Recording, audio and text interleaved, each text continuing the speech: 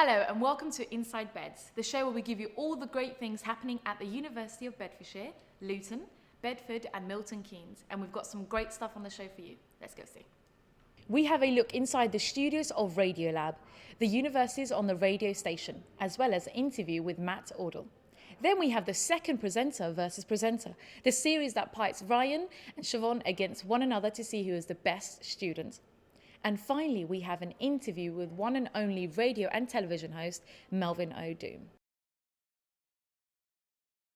RadioLab is the university's community station. We broadcast across the whole of Luton and Bedfordshire, on 97.1 FM, so anyone driving through on M1 can pick us up, as well as online, a service which can be picked up anywhere. My role within the station is a student manager.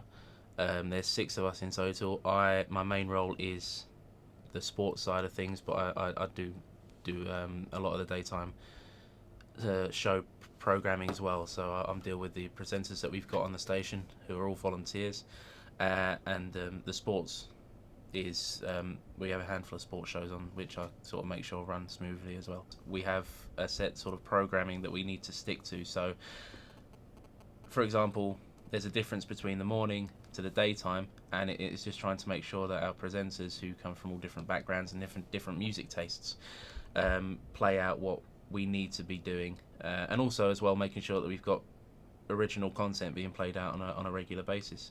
Just 2.5 years ago, or just over 2 years ago, Rock Bottom Radio is a wrestling talk show that was just started up as an idea, like everyone else that joins the station. It's just an idea that they brought to the station, and they've put a lot of time, a lot of money and a lot of effort into it.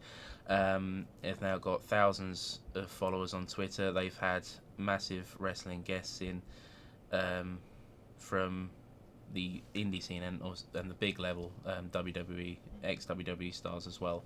And it's going leaps and bounds. They did a 24-hour broadcast as well and raised £1,000 for charity. So it's just going to show that you can bring any sort of idea, even though a small sort of station like this, and it could become something. And they are one of the biggest wrestling talk shows, if not the biggest, in the country at the moment. The university helps RadioLab in a various different ways. I mean, we work closely with the SU on various events. We've got the elections coming up, which we're working together for to bring the coverage across for that. At the moment, this month, it's RAG month, which is Raising Kids Month, that we are working with them on that one as well. We've had other investment. We had a STEPS project, the STEPS funding, a couple of years ago. We got funding for outside broadcasting equipment, which has really helped us bring brand new, exciting broadcast content to the community. Yeah, I think a success for me doing our job at the end of the day would be to leave RadioLab, and I know us all our managers agree on this, to leave RadioLab in a position where it can be easily picked up on next year. We found that this year we almost started fresh from the managers left last year. We want to make sure that the people taking over from next year are able to settle in okay. We want to leave some new shows that we're introducing this year as a basis for them, someone to just jump on and carry them on rather than having to come up with brand new ideas. And hopefully next year's managers will be able to continue to improve on RadioLab and win us loads more awards. So, RadioLab has become very popular here at the University of Bedfordshire, and you're wondering why I'm here on my own. Well, the TV presenters such as Siobhan and Ryan are having a contest against each other to see who is the best. Should we go have a look? Let's go see.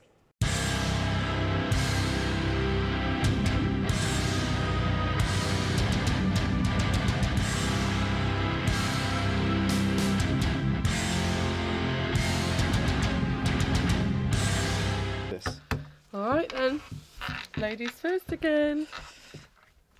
I'm liking this. This advantage. Ah! No way! Does that mean you get them all? Yeah, I got way too excited there. Oh dear. Oh, you So shit she on gets it. enough.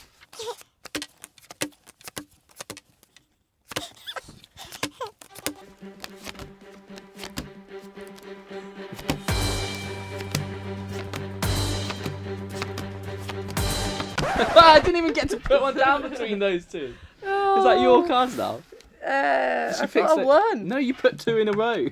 Oh. That's pretty much cheating there, Siobhan. Yeah, oh well. And I now Cool. going to kick you out of uni for Oh. lying on your education. Well, it was one time. I'm out. Oh. Read it And week. the lesson is that if you don't play fair, you probably lose.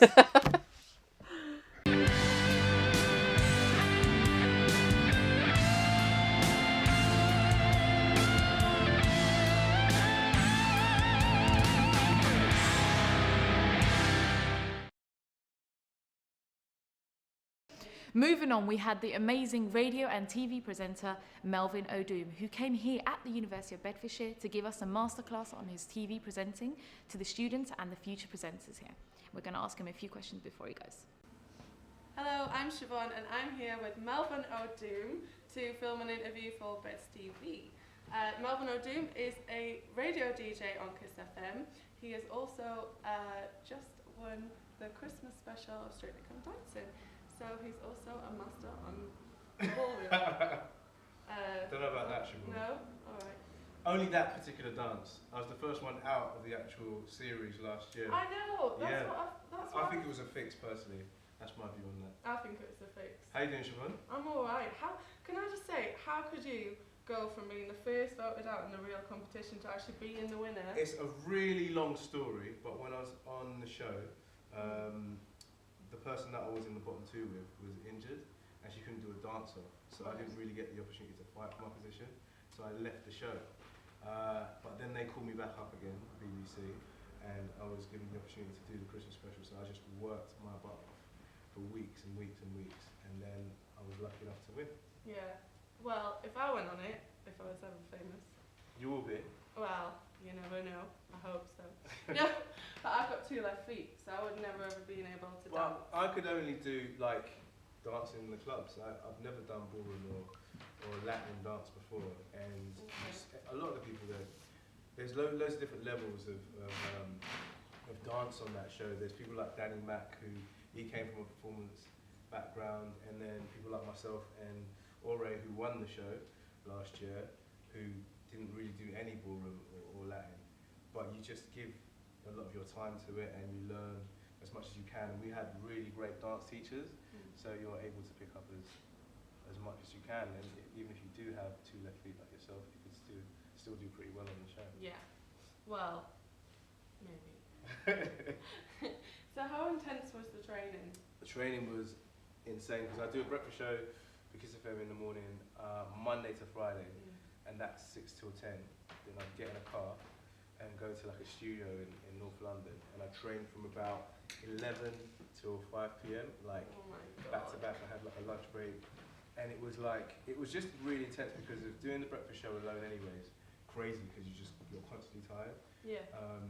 But to do that, and then on the Friday you block through what you're going to do in terms of your actual routine, and then you do the dance live to like 10,000 people on the Saturday. So it was a really crazy and intense week, but it was a lot of fun, and I met some really cool people who we stay in contact with every single day. We've got like a WhatsApp group. They're on tour at the moment. Like I think they're in Sheffield. So what do you say? Do you say, hi, does anyone fancy a tango later on? Well, they're still dancing, so I think we're just very, everyone's very positive in the group. Yeah. So for example, Laura Whitmore, who I is a love presenter Laura Whitmore. on the series, she's Love her. amazing. She's just started a play this week, so everyone was congratulating her. It's Daisy Lowe's birthday, so people were saying happy birthday to Daisy Lowe. So it's quite a random little group. But yeah, no one's asked me to tango yet. No. No. So you know what? Even though you were booted out the first week, you won the Christmas special, Yeah. and you are now officially part of a Strictly Come Dancing WhatsApp group. So you Yes. know what, Melvin? You did pretty well. I'm living life. You got the most out of Strictly. So you're obviously back here today at the University of Bedfordshire. Yeah. You were a former media performance student. Yeah. Could you tell us a bit about when you were studying here, how it helped you to get to where you are now, if it did? It was, to be honest with you, being here was probably one of the best times of my life. It sounds mad, but I met some people who are still my friends now, like they're almost like brothers to me. The guy who I do the breakfast show with at KISS is Ricky Harry Williams. I actually met him here. So if I didn't come to Luton, there wouldn't be Ricky, Melvin and Charlie on KISS Breakfast. And I had some really great lecturers, people like Janie Gordon, people like Anne Kay, people like Rachel who really care about their students. Of course. And even, they don't just care about them when they're in lectures and when they're on campus. I remember leaving and I found it really hard to get a job. And I came back to the uni to ask for advice, and they still kind of took time out to give me advice, and it was really, really helpful. And I just think being here was so important because people care and people take time. And in terms of skill, I learned so much in radio, in terms of how to edit, how to build a show. My special project was looking at the evolution of jazz music. So I was able to, they trusted me to go out and meet musicians and build interviews and stuff like that. And I was given the opportunity to use all the facilities and space here. We used to have a studio at a place called Castle Street, which I don't think is here anymore. And I could literally finish my lecture and sit in this room and work out how to use something like Cool Edit Pro, and no one would kick me out of the room until literally the building was closed. And yeah, I just really think that people here give you time, and that's so important when you're at this stage, because when I started here, I didn't know what I was to do. Yeah. So how did you go from coming back to the university thinking, like most third year students think, oh my god, how am I going to get a job? Me included. But how did you go from coming back to the uni, doing extra experience, getting that advice, to getting to where you are now? Because you're doing so well. It is a long story, but I'll give you the edited version. Go on then. That is the scariest part. Mm. Like, I'm going to tell you now. What you're doing now is the fun stuff. Like, you've got all these guys here who look really handsome. They look like something out of a Topshop advert. Don't boost that. They look cool. You've got all these guys here, and you're gonna end up growing with some amazing friends who are gonna leave here and be friends with forever. This is the fun stuff. When you leave here, that's the scary part, because that's when there is no structure anymore. There isn't a place that you can go to pick a module. There isn't a place that you can go to just get halls of residence and pay them every few months. It's when you have to actually physically get a job yourself, and there's very few jobs, and loads of people who want to do these jobs.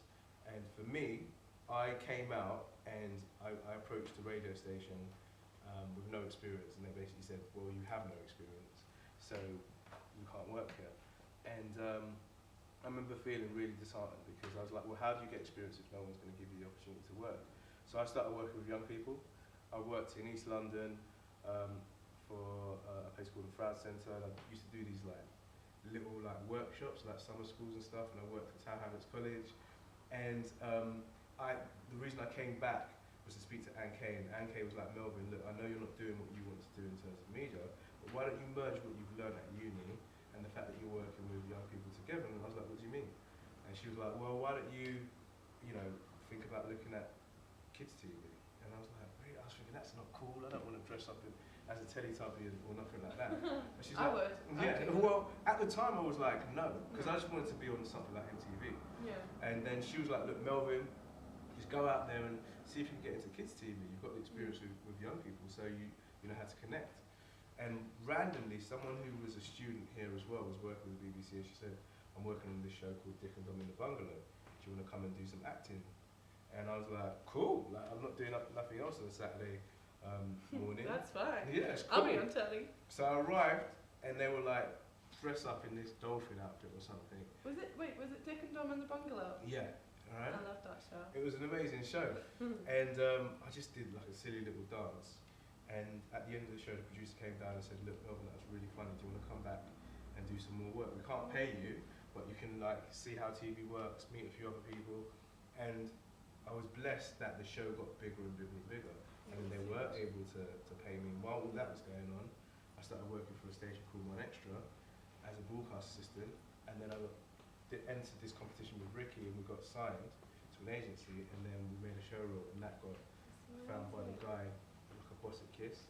and that's how we got our gig at Kiss and Kiss. After Kiss, that's when everything started to kind of like fall into place, and that was our big break. But that's how we got into the industry. Okay. So you have done it all really. You've done television, you've done radio, you've done Kids TV, you've done Extra Factor. Yeah. You've done it all. So what is your main passion? See, I don't think I have done it all. Like, I feel like I've just started. Really? Yeah, because when you do, like, who do you love? Which presenter do you say you love? I love Laura Whitmore and Laura's Holly amazing. Willoughby. Laura and Holly are amazing. Holly's so nice. And Yeah, as you right. get better, yeah, exactly. Yeah. And a lot of people in this industry are nice. And as you do more and more work, and as you get better and better at what you do, you're going to look to different people for different things. When I started out, I loved Richard Blackwood because I love to laugh. I like a presenter that makes me laugh. Now I really enjoy someone like Dermot O'Leary because he can do like a juggernaut show like the X Factor, and he can present and make it look really easy, or something like the NTAs, and he's just been signed up to do like the Brits, and he's been signed up like in the last few days. Do you mean? But he'll go and do that show and he'll smash it. So I look to different people for different things. And although like we were, lucky enough to do stuff like a game show for ITV last year and host stuff like the Mobos, for me there's still much more to do. I've never hosted the X Factor, I've never hosted The Voice, or done something like the Brits. So there's still so much to do. But you have to did set the Extra yourself. Factor. I did the Extra Factor. This is a huge That's program. close. Yeah, that's Give close. yourself some credit. Yeah. But there's always, I think you always have to set yourself Of course. different of course. goals. Or because if you don't, you just become stagnant, and you have to keep it moving. Yeah. And at the Mobile Awards, you were presenting. Yeah. So you've done the Mobile Awards, you've done Extra Factor, you've done some huge shows. Yeah. And the only way is up. Thank you. Yeah. I hope so. Thank you so much for coming in. You've problem. been so cool. You're very good And as well. thank you. And I hope you enjoyed my hand cream. Yeah, it was good. So moist. You used some of my hand cream. Should use it. So moist. Glory. He was such a lovely guy and funny to work with.